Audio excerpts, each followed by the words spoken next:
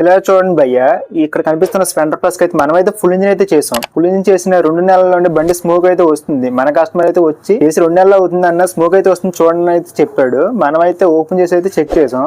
చూస్తే ఇక్కడ చూసారా, పిస్టన్ మొత్తం గీతల గీత కింద పడింది. మనమైతే కొత్త సిలిండర్ అయితే వేసాం. కొత్త సిలిండర్ వేసినా సరే ఇలాంటి ప్రాబ్లం అయితే వచ్చింది. అసలు ఎందుకు వచ్చిందని అయితే ఓపెన్ చేసి పిస్టన్ చూసాం. అలాగే ఎడ్డ చూసారు, ఇక్కడ మొత్తం నల్లగా అయిపోయింది. బోర్ మొత్తం గీతల గీతలు.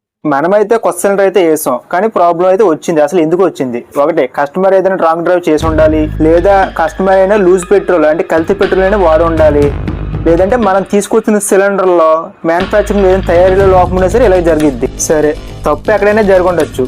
కస్టమర్ సాటిస్ఫాక్షన్ కోసం అయితే మనమైతే దాన్ని మళ్ళీ రీబోర్ అయితే కటింగ్ చేయడానికి అయితే ఇచ్చాం.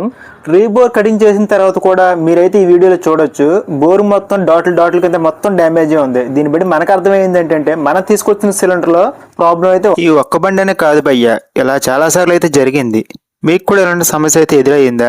అయితే మీరు రెగ్యులర్గా స్పేర్ పార్ట్స్ తీసుకున్న ఆటోమొబైల్ అయితే తెలియజేయండి, వాళ్ళు పై కంపెనీ వాళ్ళకి అయితే తెలియజేస్తారు. ఇదంతా ఎందుకు చెప్తున్నానంటే, వస్తువులో లోపం ఉండటం వల్ల కస్టమర్ దగ్గర మెకానిక్ బ్యాడ్ అయిపోతున్నాడు. వస్తువులో ఉన్న లోపం అయితే కస్టమర్ కనబడదు కదా. ఇకనైనా ఇలాంటి సమస్యలు రాకుండా చూస్తారని ఆయా కంపెనీల వారిని అయితే కోరుతున్నాను. ఇలాంటి మరింత సమాచారం కోసం ఈ వీడియోని లైక్ చేసి మన ఛానల్ అయితే సబ్స్క్రైబ్ చేసుకోండి.